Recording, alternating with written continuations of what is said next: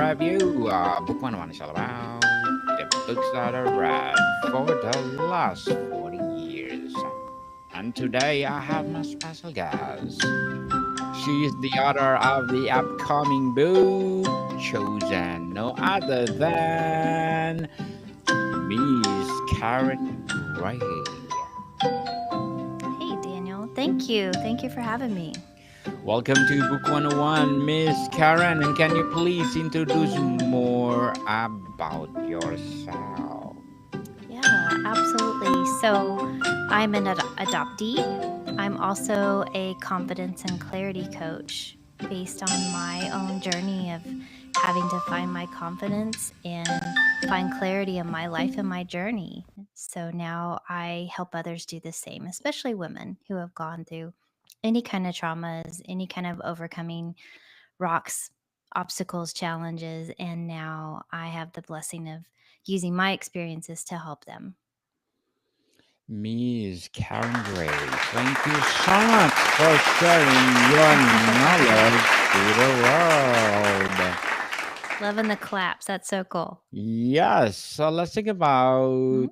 the adoption journey. Can you share the beginning of your adoption story and where and how it started? Yeah, so I was orphaned at birth. So my mom was not in a position to keep me from the very beginning. So I was actually orphaned to the state. I was born in New Mexico. So I was orphaned to the state of New Mexico and adopted around the age of 32 days.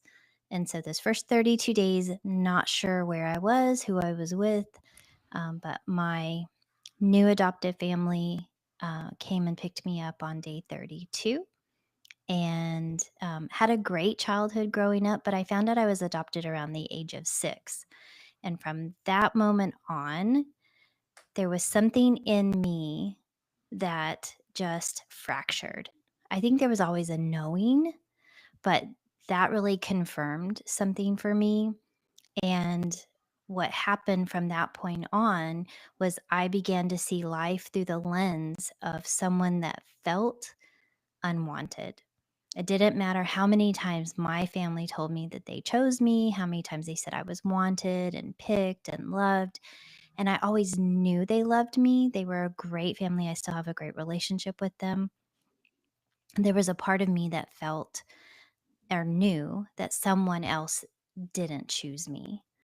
And fast forward through many, many years, I found my adopted family or my biological family, sorry, when I was 24.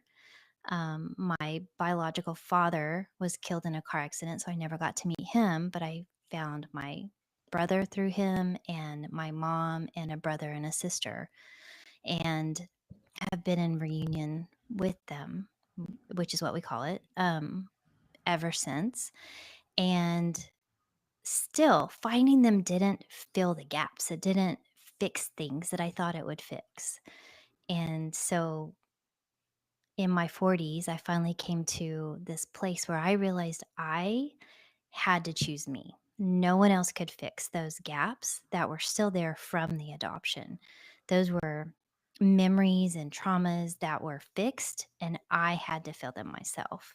And so, at that time or around that time, I started coaching young girls that were competing and started coaching them on confidence, started coaching them about choosing themselves, to not doubt themselves, to actually pick themselves and be able to understand their value was God given and inherent, regardless of what anyone else thought or said or did.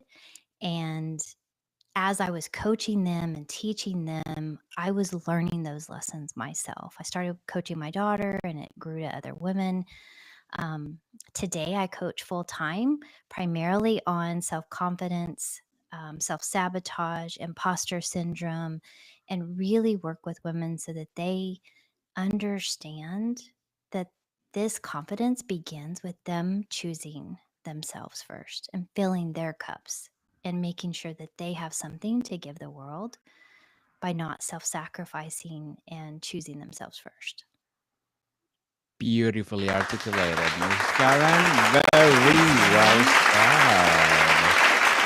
So, did you ever struggle with the concept of being chosen or Mm, given up, and how did you work through that? yeah, definitely. That was and still is. It's kind of like, for someone that's an alcoholic, like you're always an alcoholic, even if you're in recovery. For someone that ever felt that they weren't chosen or ever felt not good enough, ever became a people pleaser, um, I'm always going to be that. Like that's always a part of my story. Yet I get to live in a place where I choose myself. And really what happened in those moments when I felt unwanted, unloved, it was because I was seeing myself through the lens of someone who was broken. And the truth was, and even when I found my mom, the truth was that she chose what she felt was best for me. It wasn't that she chose herself over me, she chose me over herself, thinking that she couldn't provide the life that I, as a child, deserved. Um, so everything about my life has been working for me to be the best version of me. And that's just this beautiful gift that we get to learn that our life becomes what we choose to see.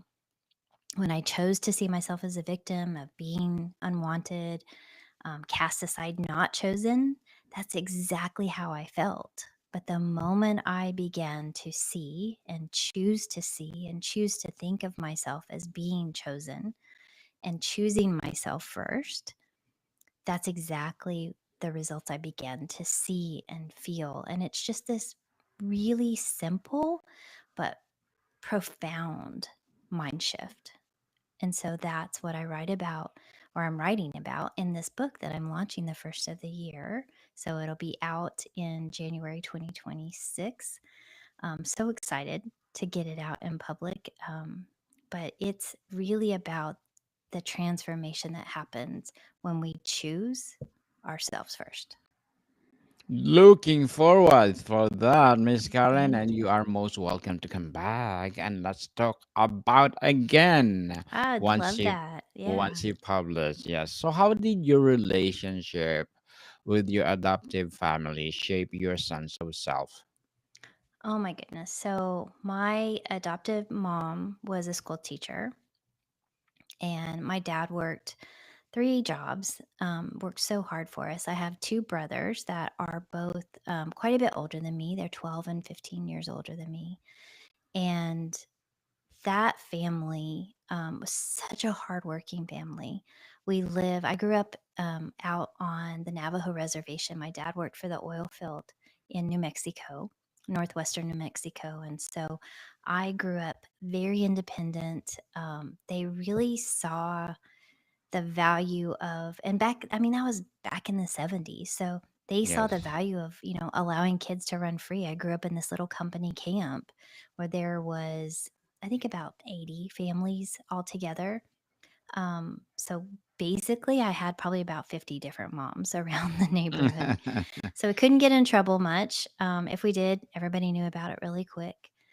But I was just really allowed to be creative and allowed to speak my mind and really lived without boundaries. My parents were a little older by that point, and I think that it just really instilled this self efficiency inside of me, this independence inside of me. And they really allowed me to create this really widespread net that I got to really soak in and pull in the world. And it was such an amazing experience. Today I still feel like I'm that gatherer. I gather people, I gather friends, I gather experiences. I really just dive in because I've always been this person who just experiences with everything, with all of my senses, all of my resources. I gather people, and it's just been such a fabulous experience. My adoptive mom, has since passed. She she had a heart attack that ended up just kind of dominoing into other things. We lost her in 2012. Um, but my dad is still alive, and my 2 brothers are still living and still just such a great resource. It's almost like I have three dads because they're so much older, but they are very, very protective, very caring, very supportive of me. And I always knew that they chose me. I think the difference was I didn't until much, much later on. So, were there specific turning points that led to healing or transformation? Yeah, absolutely. Probably one of the biggest turning points was so I was in a marriage that was very unhealthy.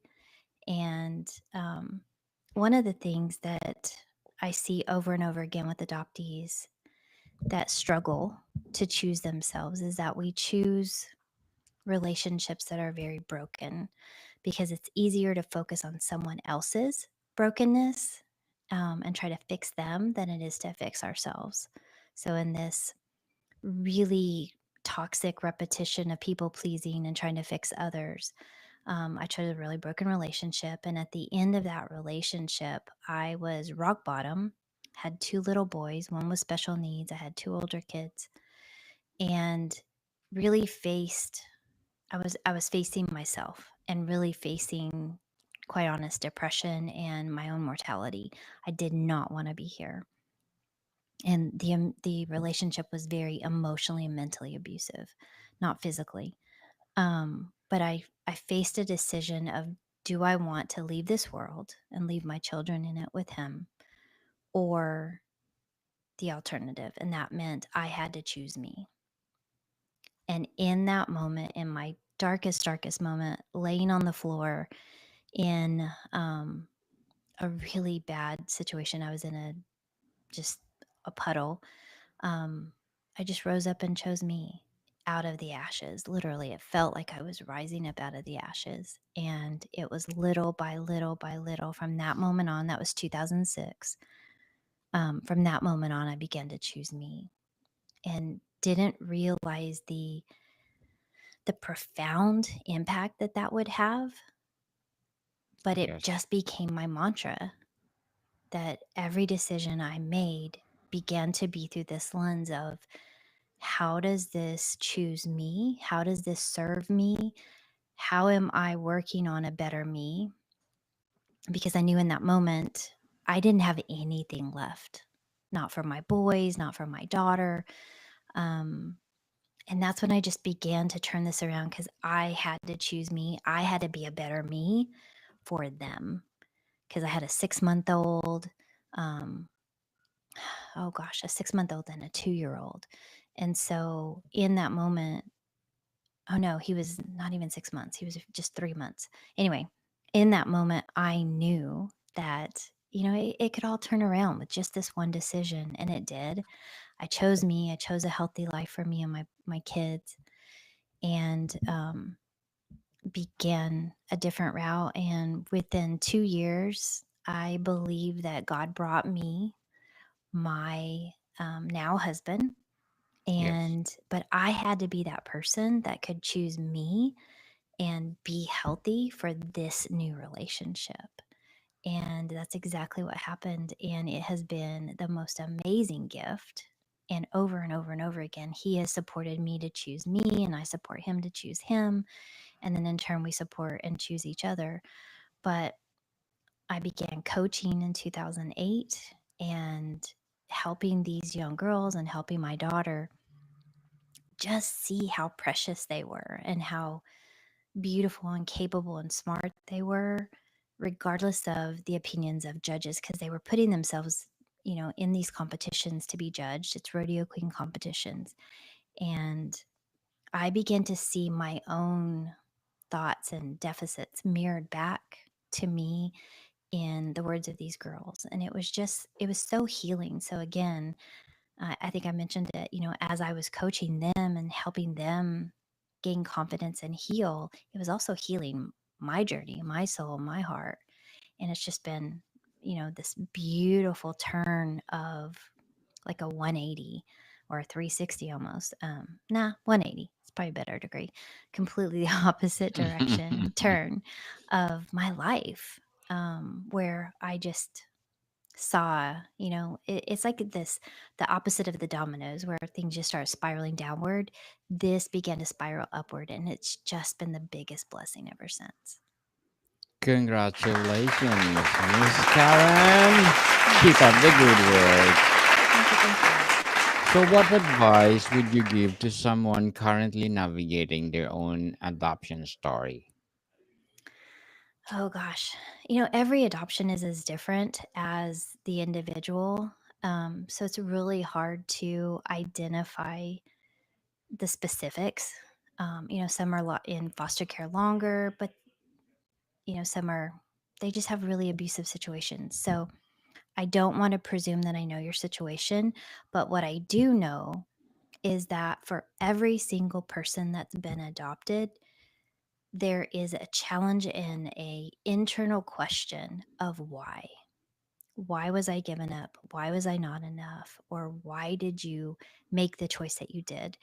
Because the greatest primal need that we have as humans, babies, is to be loved, wanted, accepted by the person that carried us and brought us into this world, our birth mom. Regardless of who she is, regardless of her story, her demons, her problems, we still have that longing to be attached to our birth mom. It is literally primal DNA. Um, and so, if we can't, what does that mean about us? And the truth is, it means nothing. It doesn't depict anything about our worthiness. It doesn't depict anything or determine anything about who we are or who we can be.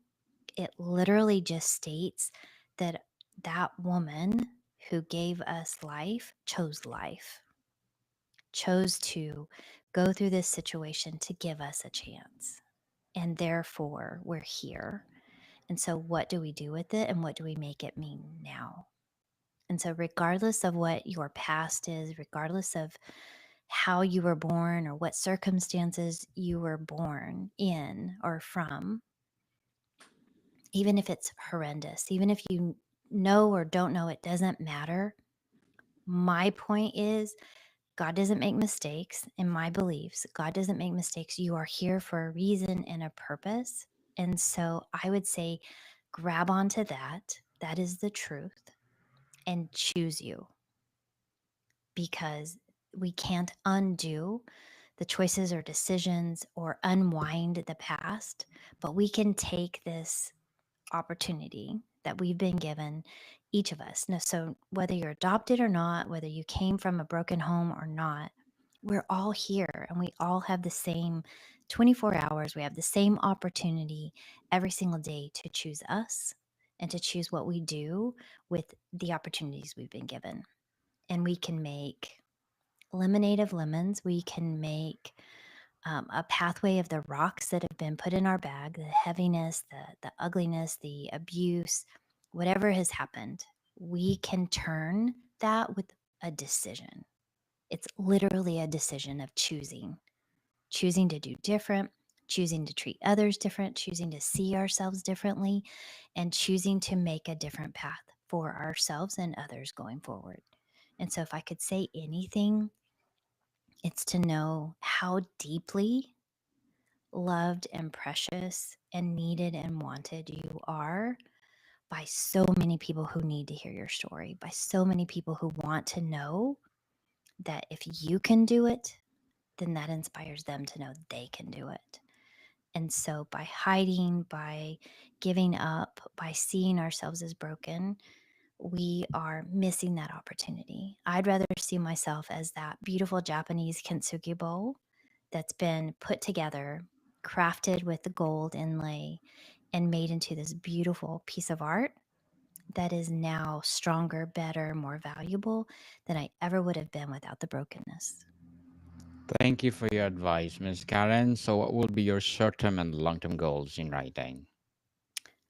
So right now, I'm just really diving into exploring all of the gold, the kintsugi gold that's in my journey that I can share, the strong messages that I want to craft for everybody. And so I'm just trying to focus on a habit of writing at least for 30 minutes every day and really tapping into the wisdom and the advice of others that have been on this author journey, this writing journey before me.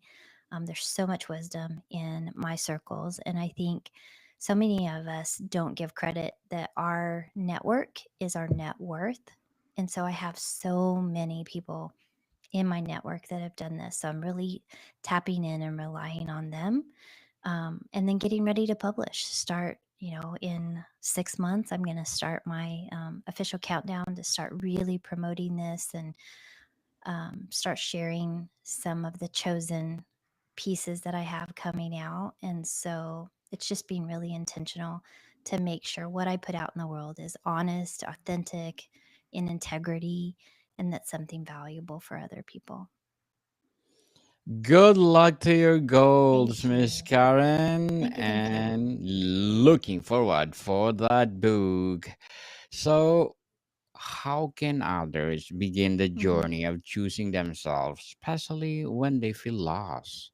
Yeah, I think the biggest thing for me was getting help because we can't see our own blind spots. We can't see the ways that we're holding ourselves back. And so I hired a coach. And so I would just recommend if you don't have a mentor or a coach that you're already working with, find someone.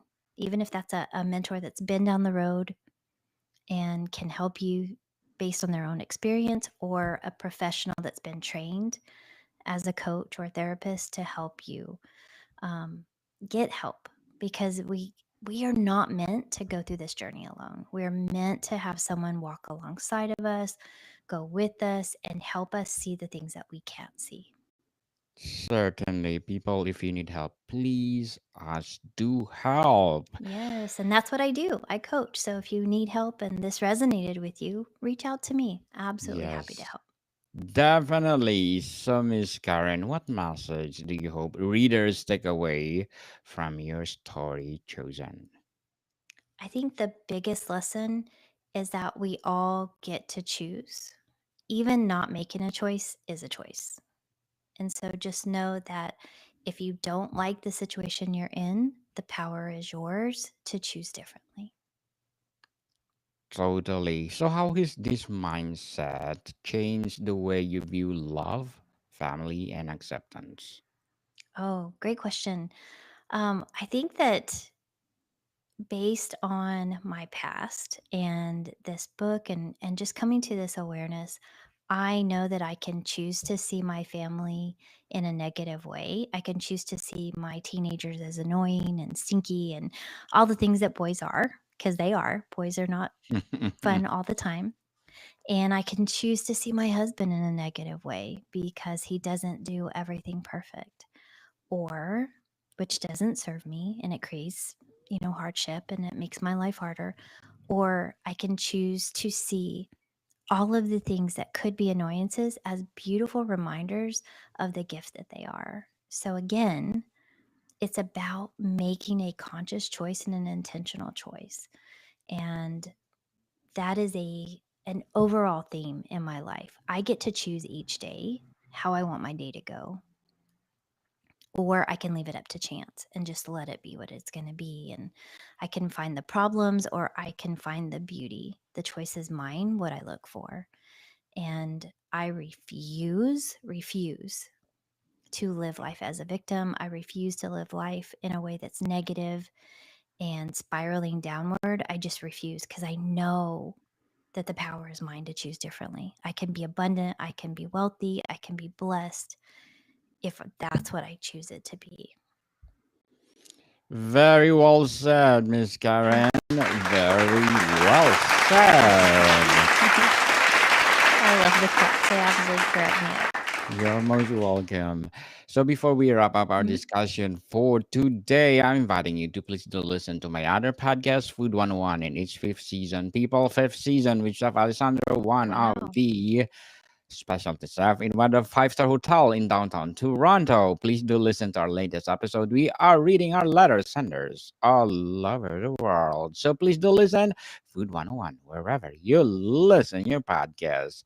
So Miss Karen, if you could go back and tell and tell your younger self one thing, Ooh. what would it be? So I would go back to probably the age of 13, and I would tell younger Karen um, that she doesn't have to sacrifice herself to be enough, that she is enough exactly as she is, and that the greatest gift she can give to the world is to stop trying to be loved enough, pretty enough, smart enough, capable enough, and to just be herself and give from that place. Because I know that I'm here to love and serve others, but it's from a place of doing it for myself first. And that took me a long time to learn. So if I could shorten that learning curve and go back and teach that to her, I can't even imagine how different my life would be. But De- she deserves to know that she's enough. She doesn't have to do anything to earn that. Definitely. So, Miss Karen Gray, thank you so much for Daniel, empowering us. I looking forward for this book, and please Thank you. do come over and let's talk about again. So can I'd you love that. please invite our listeners to support your upcoming book as well as your business itself? Yeah, I would love for people to follow me. It'll be rolling out on social media. Primarily, I'm on LinkedIn and Facebook, and a little bit on Instagram. That always cross posts. But just come into my world, listen to my messages, and if it resonates with you, please reach out. But just love to help you choose you because you deserve that. Yes, people chosen. Let's support Miss Karen Gray, because if you support her, more and more and more empowering books like this to come. So, Miss Karen, thank you so much Thank for your you. time.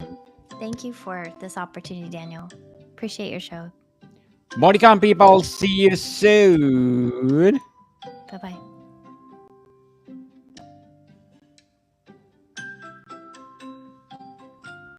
So, Miss Karen, please do keep in touch and Yeah, let's talk thank about you. your book again.